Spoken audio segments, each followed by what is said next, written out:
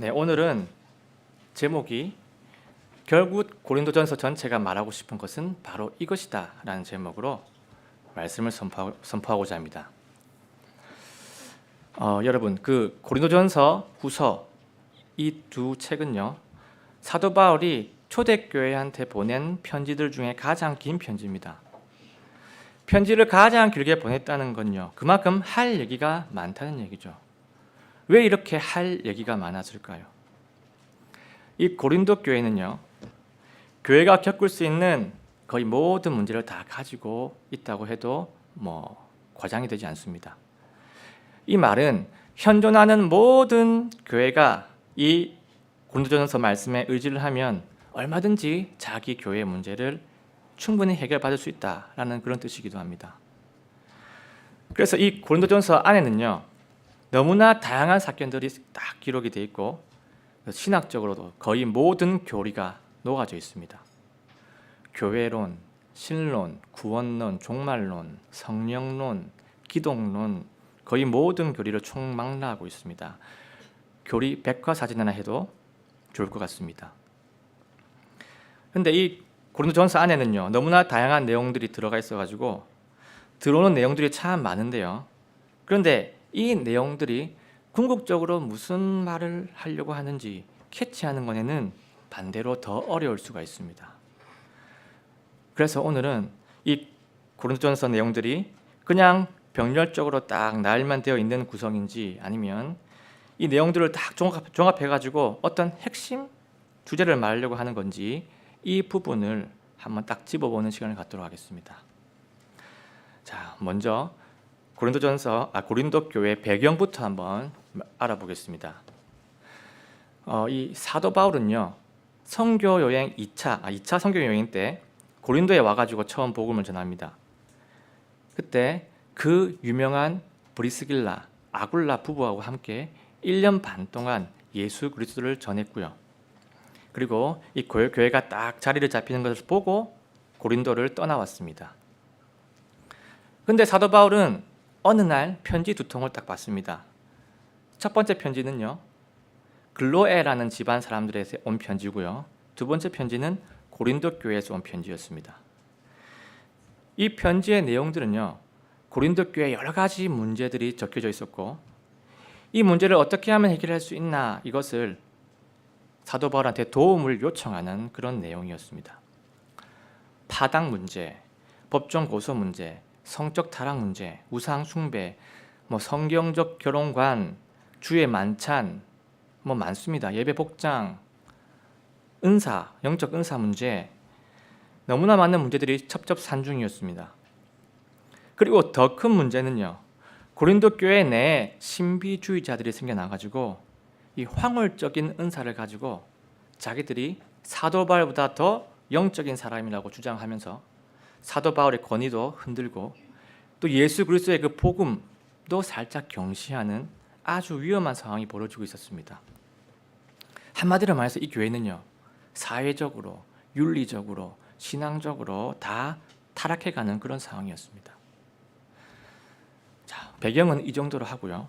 이제는 고린도전서 전반적인 부분을 한번 굵직굵직하게 한번 살펴보겠습니다. 자, 먼저 1장에서 4장, 8장에서 10장, 11장에서 14장 이 부분부터 보겠습니다.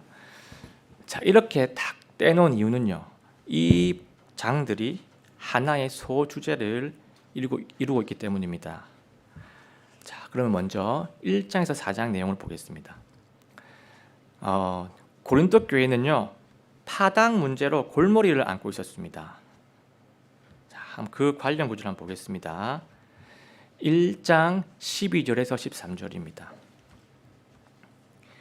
이제 내가 이것을 말하노니 그것은 곧 너희가 각각 나는 바울에게, 나는 아볼로에게, 나는 게바에게, 나는 그리스도께 속한다 하고 말한다는 것이라. 그리스도께서 나뉘셨느냐? 바울이 너희를 위해 십자가에 못 박혔느냐? 혹은 너희가 바울의 이름으로 침례를 받았느냐? 자, 지금 이 구절은요, 지금 고린도 교회가 누구는 바울파, 누구는 아볼로파, 누구는 게바파, 그리스도파 이렇게 나눠져 있다는 것을 말씀하고 있습니다. 계파 정치가 아니고 계파 신앙이 지금 이루어지고 있습니다. 신앙에서 계파가 무슨 말입니까? 신앙에서 계파가 있다면요, 그 계파의 리더는 그냥 우상일 뿐입니다. 계파 신앙은요, 그냥 하나님이 가장 싫어하는 한낱 우상 숭배일 뿐입니다. 교회에서 파당은요, 교회를 분열시키는 그냥 암적인 요소일 뿐입니다. 그래서 이 사도 바울은 성도의 모든 관심은, 성도의 모든 감사는, 성도의 모든 영광은 내가 좋아하는 리더가 아니고 오직 하나님께로, 오직 예수님께로 집중되어야 한다는 것을 강력하게 피력을 하고 있습니다. 자, 3장 6절 7절입니다.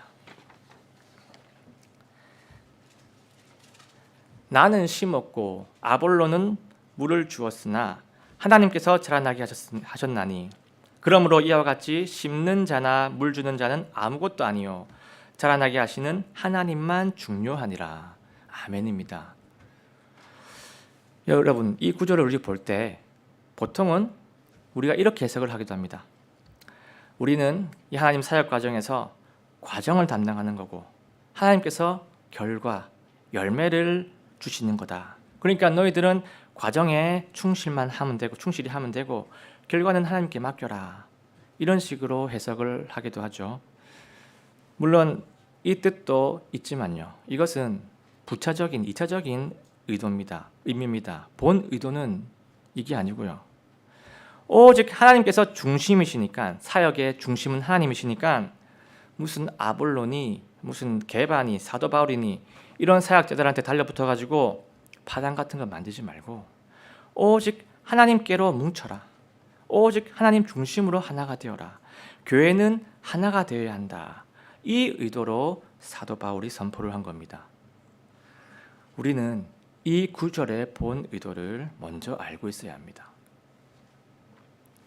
자, 그리고 그 뒤를 이어서 그리스도의 심판석에 대한 비유 내용이 나옵니다. 비유 구절이 나오는데요, 어디냐면요, 3장 12절에서 15절 말씀입니다.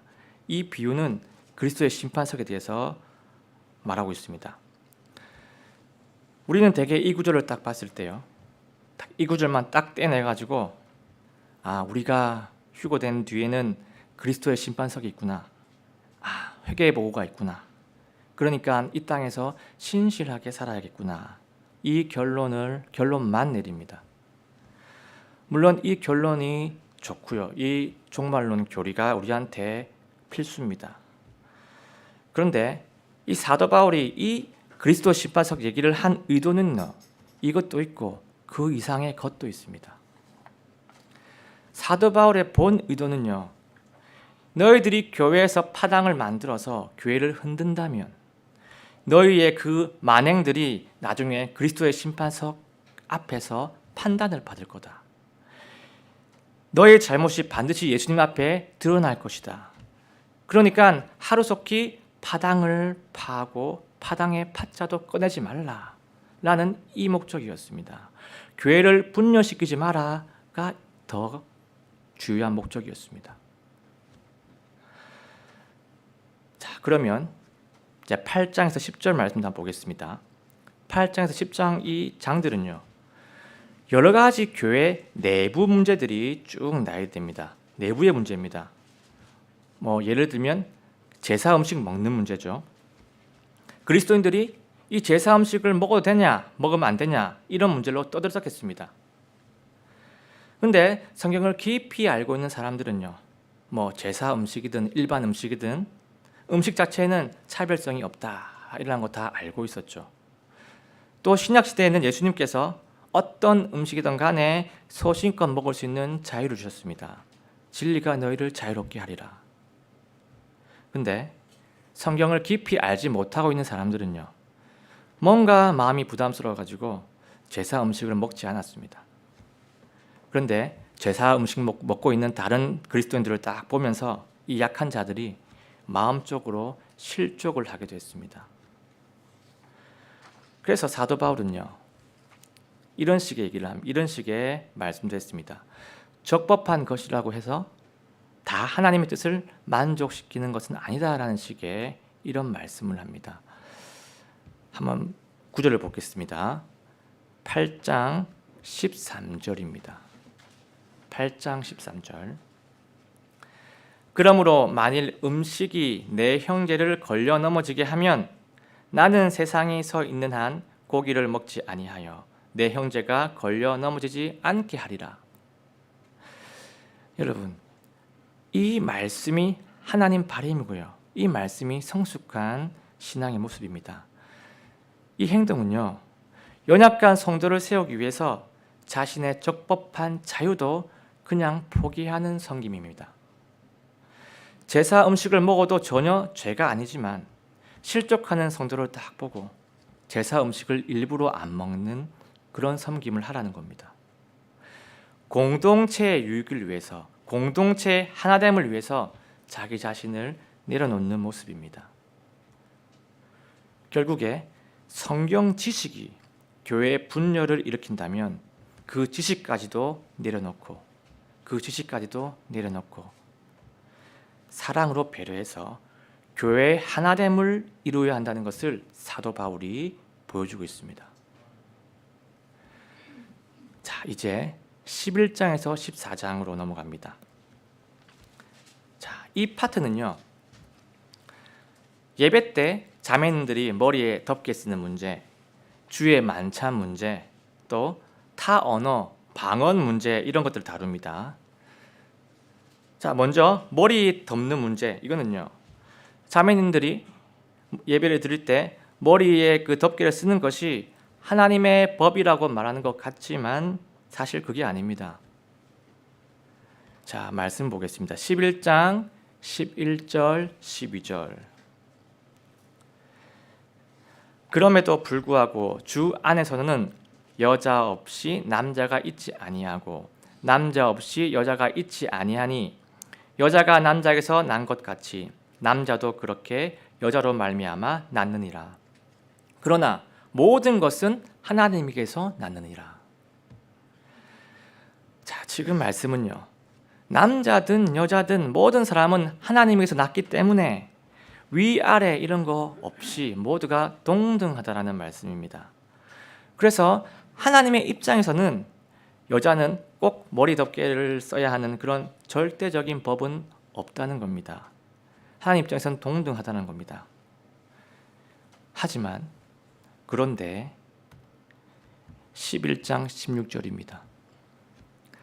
그러나 어떤 사람이 논쟁하려는 것처럼 보일지라도 우리에게나 하나님의 교회들에는 그런 풍습이 없느니라. 자, 지금 그런 풍습이 없느니라라고 마무리를 합니다.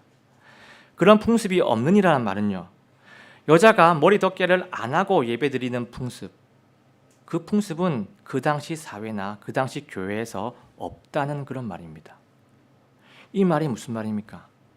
이 말은 여자가 머리 덮개를 안 쓰고 예배드리는 거 하나님의 뜻에 어긋나지 않고 가능하지만 기존 전통을 벗어나가지고 머리 덮개 안 쓰는 문제를 가지고 교회가 시끄러워지고 교회가 분열이 난다면 교회의 하나됨을 위해서 덮개를 안 써도 되는 그 권리를 살포시 내려놓고 그냥 덮개를 쓰는 것이 덕이 된다라고 사도 바울이 조언을 하고 있습니다. 교회 하나됨을 위해서 자기 권리를 살포시 내려놓는 것, 이것이 성숙한 신앙이고 이것이 하나님 보시기에 훌륭한 섬김입니다. 자, 이제 타 언어, 그러니까 방언이죠. 이 문제가 나옵니다. 12장에서 14장 사이에 나오죠.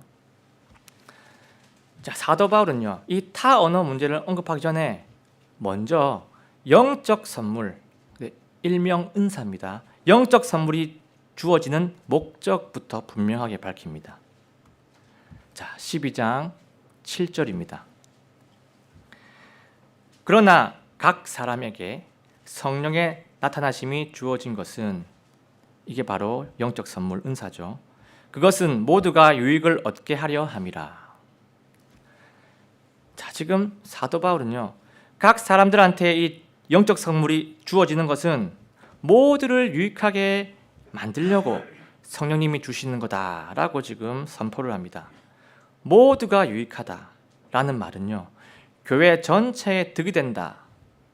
다시 말해서 교회 전체를 세우기 위해서 성령님이 주시는 것이라고 분명히 밝힙니다.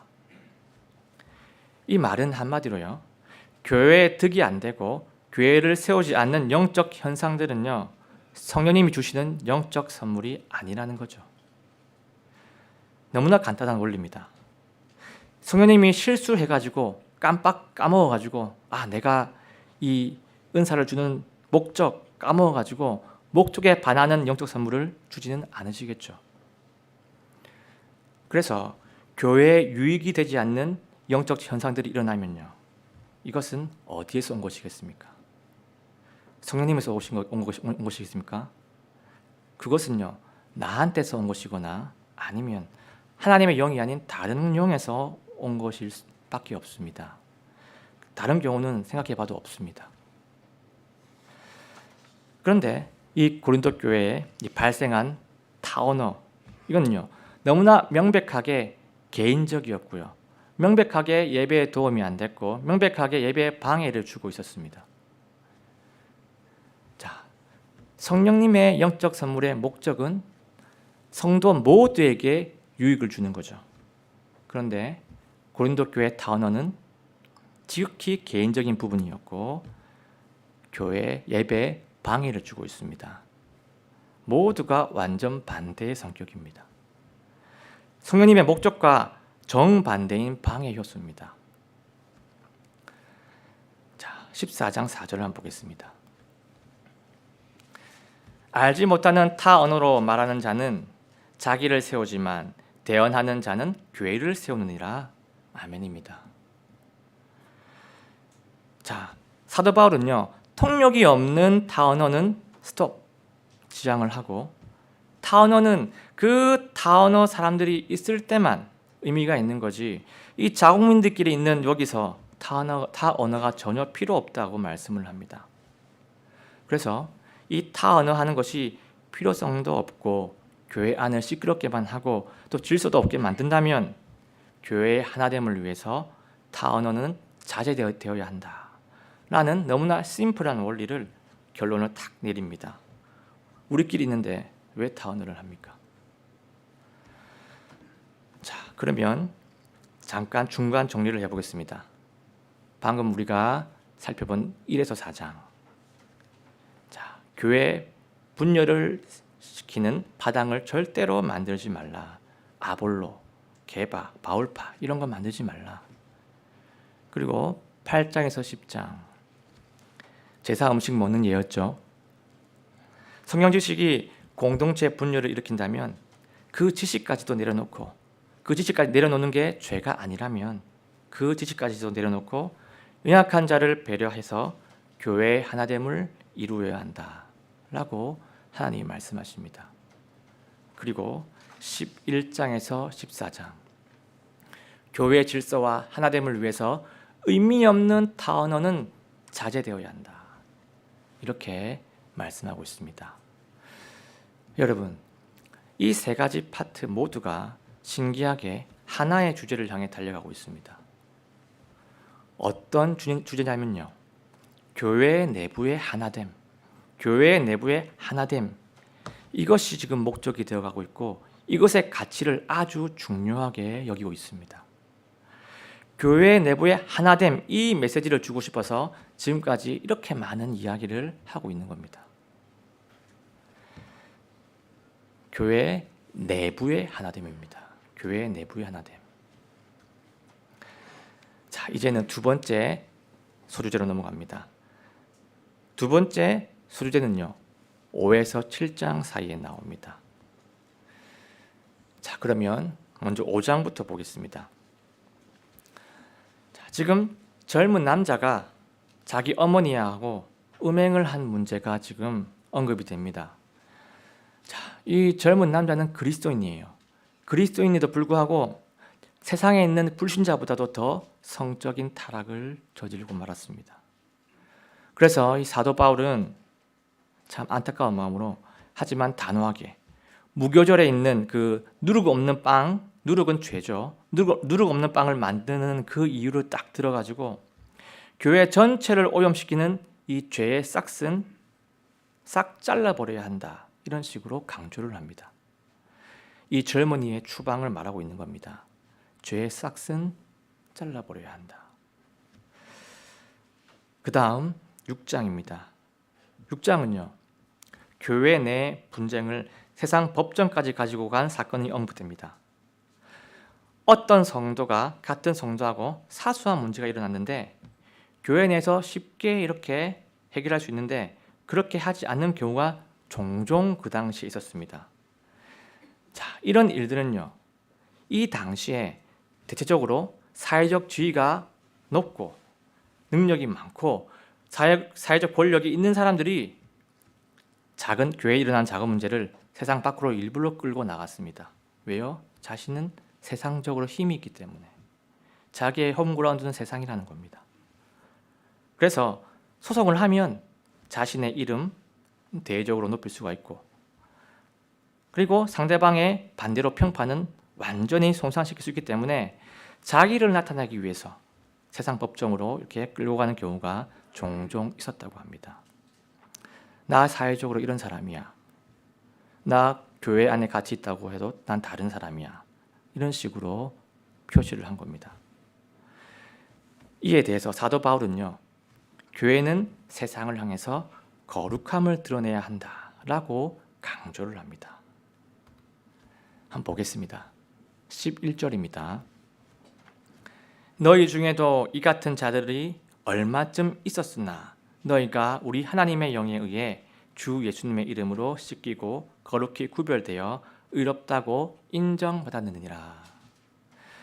그러니까 예수님의 이름으로 구별된 너희 교회, 예수님의 이름으로 구별된 너희 성도들은 외부의 거룩함을 드러내야 한다.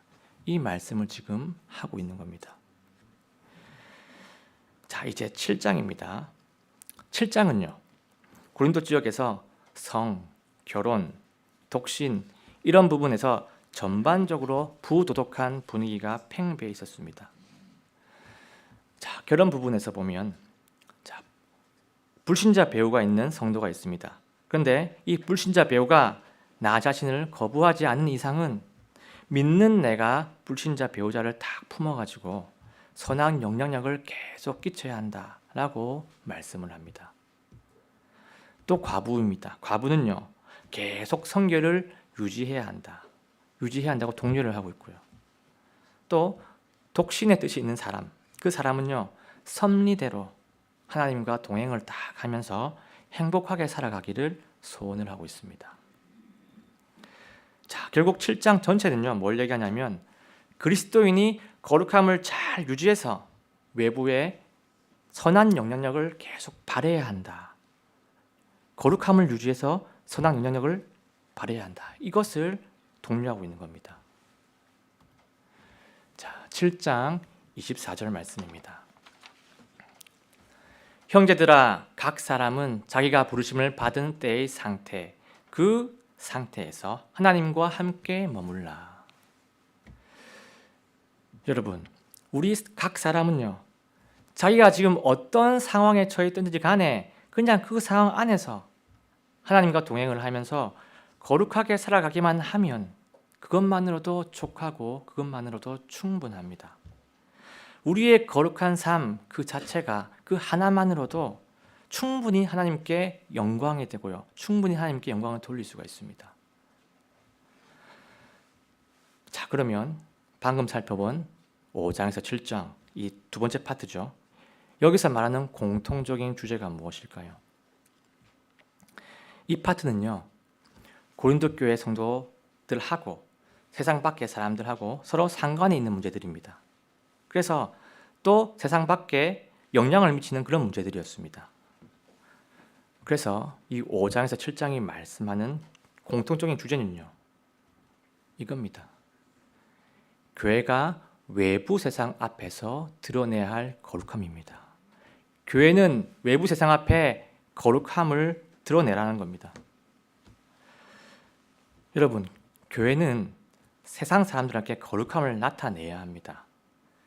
왜냐하면요, 우리 모습이 세상 사람들한테는 하나님의 얼굴이기 때문입니다. 그들은요, 하나님을 못 봅니다. 하나님을 보기 이전에 누구를 보냐면 우리를 먼저 봅니다. 하나님의 영이 있는 우리를 먼저 봅니다. 솔직히 이것이 좀 부담스럽긴 하지만요, 세상 사람들이 그렇게 하니까 우리는 이 현상을 딱 인정을 하고요, 우리의 부족한 모습들 수시로 회개하면서 성찰하고, 그리고 정말 예수 그리스도의 모습을 진짜로 닮아가기 위해서 노력하고 부단하게 성령님의 도우심을 간구해야 할 것입니다. 자, 그러면 이제 마지막 세 번째 파트입니다. 이제 세 번째 파트인데 15장입니다. 15장. 자, 그런데 이 15장은요, 앞에서 살펴본 다른 장들하고 비교해서 조금 차별적인 내용이 나옵니다. 자, 어떤 내용이냐면요, 예수님께서 공중 강림해서 딱 오실 때 죽은 그리스도인이나 살아있는 그리스도인이나 다 새로운 육체를 입고 부활을 하거나 변화한다는 그런 내용입니다. 우리가 지금 다 믿고 있는 교리죠. 우리가 다 알고 있는 교리입니다. 한번 보겠습니다. 15장 51절에서 52절 말씀. 보라, 내가 너에게 한 가지 신비를 보이노니 우리가 다 잠자지 아니하고 마지막 나팔 소리가 날 때 눈 깜짝할 사이에 순식간에 다 변화되리라. 또가 아니죠. 나팔 소리가 나매 죽은 자들이 썩지 아니할 것으로 일어나고 우리가 변화되리니. 자, 지금 예수 그리스도가 공중 강림하시면요, 우리 그리스도인들은 죽은 자나 살아있는 자나 모두가 다 영광스러운 몸으로 변화가 됩니다. 우리 몸까지도 구속이 됩니다. 자, 이렇게 되면 우리한테 이루어져야 할 모든 것들이 다 완성이 되는 거고요, 우리한테 필요한 모든 것이 다 이루어지는 겁니다. 예수님 덕분에, 예수 그리스도의 은혜와 영광 덕분에 이렇게 우리가 완전하게 되는 겁니다. 정말로 아멘입니다. 근데 여러분, 사도 바울이 이 종말론을 왜 고린도 교회에게 언급을 했을까요? 우리는 보통 이 구절을 딱 봤을 때 바른 구원 교리, 바른 종말론 교리, 이 의미를 생각을 합니다. 그런데 사도 바울이 왜 고린도 교회 앞에서 이 종말론 교리를 비력했는지 그 이유를 알게 되면요, 이 구절의 의미를 좀 더 풍성하게 우리가 이해할 수 있을 겁니다. 지금 이 당시 사람들이 어떤 상황이었냐면요, 육체의 부활 교리를 안 믿는 사람들이 많았습니다. 그 당시에 그리스 로마 사회를 지배했던 사상이 뭐냐면요, 죽음이라는 것이 몸에서부터 자기 영혼을 영원히 해방시킨다는 그런 개념이 팽배해 있었습니다. 죽고 나면 몸이라는 것은 전혀 의미가 없는 그런 부분이고 그런 파트가 돼버리고 영혼만 가장 중요하다는 겁니다. 그런데 이것이 구원 교리 이 부분까지도 적용이 되었습니다. 이 당시에 구원받은 그리스도인들은요, 이미 혼은 구원을 받았기 때문에 다 끝난 것이다. 이 땅에서 육체를 입고 있을 때는 그냥 내 육체는 내가 하고 싶은 대로 그냥 살면 되고 내 육체의 만족 다 마음껏 누리고 즐기다가 죽어서 그냥 혼만 천국에 가면 된다. 육체는 아무리 죄를 지어도 내 혼에 데미지가 없다. 전혀 상관이 없다. 이런 식으로 생각을 했습니다. 육체를 입고 있을 때의 그 자유분방함이 그대로 죄의 삶으로, 그대로 죄로 연결이 되고 있었습니다. 잘못된 구원 교리 때문입니다. 자, 15장 12절 13절 한번 보겠습니다. 한편 그리스도께서 죽은 자들로부터 일어나셨다고 선포되었는데 너희 중에 어떤 자들은 어찌 죽은 자들의 부활이 없다고 말하느냐? 만일 죽은 자들의 부활이 없으면 그리스도께서 일어나지 아니하셨느니라. 여러분, 고린도 교회 성도들은요, 예수 그리스도의 부활은 믿었지만 그리스도인의 몸의 부활은 믿지 않았습니다. 구원 교리의 완성은요, 예수 그리스도의 다시 오심 이거 하고 그때 그리스도인이 영원한 몸을 입는다라는 이것까지가 구원 교리의 완성입니다. 근데 이 교리를 믿지를 않았습니다. 사도 바울은요, 그리스도의 부활하고 성도의 몸 부활하고 이거는 서로 끊을 수 없는 고리다. 그리고 성도의 몸의 부활은 성도의 영원한 생명, 성도의 영원한 소망과 바로 이어지는 것이다. 이 올바른 구원 교리를 지금 피력을 하고 있는 겁니다. 사도 바울이 완전한 복음을 선포하는 이유는 이겁니다. 자, 지금 육체에서 마구잡이로 짓고 있는 이 죄, 육체는 아무것도 아니야. 우리는 혼만 있으면 돼. 이런 죄들이 불완전한 복음을 인해서 나오는 쾌락주의의 결과이다. 지금 이 쾌락주의가 지금 교회 전체를 흔들고 있고 전체를 망가뜨리고 있다. 그래서 완전한 복음이 이 문제에 대한 해결책이었습니다. 그래서 결론적으로 이 완전한 복음이 이 그리스도의 교회를 굳건히 세워줄 수 있고 굳건히 지켜줄 수 있다. 교회의 세움을 위한 완전한 복음의 필수성을 15장에서 말씀하고 있습니다. 교회를 세우기 위해서 완전한 복음이 필요합니다.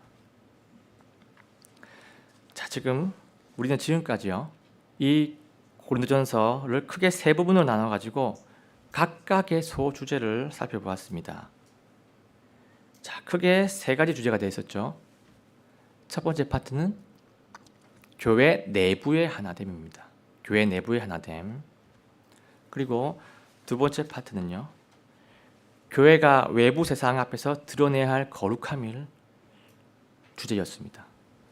그 다음 세 번째는요, 교회 세움을 위한 완전한 복음의 필요성입니다. 내부의 하나됨, 외부에게 드러내야 할 거룩함, 완전한 복음의 교리. 자, 여러분, 이 세 가지는 무엇을 말하고 있을까요? 이 세 가지는요, 서로 따로따로 노는 병렬적인, 나열적인 관계가 아닙니다. 이 세 가지는 서로 연결이 돼가지고 서로 상호작용을 해가지고 하나의 큰 목표를 향하고 있습니다. 이 세 가지는요, 교회를 세우는 근간이고 교회를 세우는 본질입니다. 교회는요, 이것들 중 하나라도 잃어버리면 그냥 무너져 버립니다. 교회 내부에 하나됨 없으면 교회 무너집니다. 세상에 드러내야 할 거룩함 나타내지 못하면 교회는 무너지고요. 완전한 복음 교리가 없으면 교회는 서 있을 수가 없습니다. 사도 바울은 이 세 가지가 결여되어 있는 지금 고린도 교회를 아주 심각하게 보고 있었고요. 교회를 세우기 위해서 이 많은 것들을 가지고, 주제를 가지고 설득을 하고 있는 겁니다. 그래서 오직 그리스도의 교회를 세우기 위해서 이 많은 교리들이 지금 동원되고 있고 선포가 되고 있는 겁니다. 교회를 세우는 것을 하나님께서 얼마나 중요시 여기는 것인지 오늘 본문에 이 많은 사건들, 이 많은 교리들을 우리가 딱 보면 우리가 실감을 할 수가 있을 겁니다. 결국에 고린도전서 전체가 말하고 싶은 것은요, 바로 교회 세움입니다. 예수 그리스도의 교회를 반드시 세워내라. 이게 나 하나님의 뜻이다. 나의 교회를 반드시 세워내라 라고 하나님께서 말씀하십니다. 사랑하는 성도 여러분, 예수 그리스도의 피값으로 세우신 우리 교회를 세우는 것이 예수 그리스도의 피값의 가치를 인정하는 것이고요, 예수 그리스도의 죽으심을 보답하는 하나님의 방법이라는 것을 우리가 알기를 원합니다. 그래서 우리가 마음과 혼을 다해서 예수 그리스도의 교회를 굳건히 세워나가시기를 예수 그리스도의 이름으로 간절하게 소원합니다.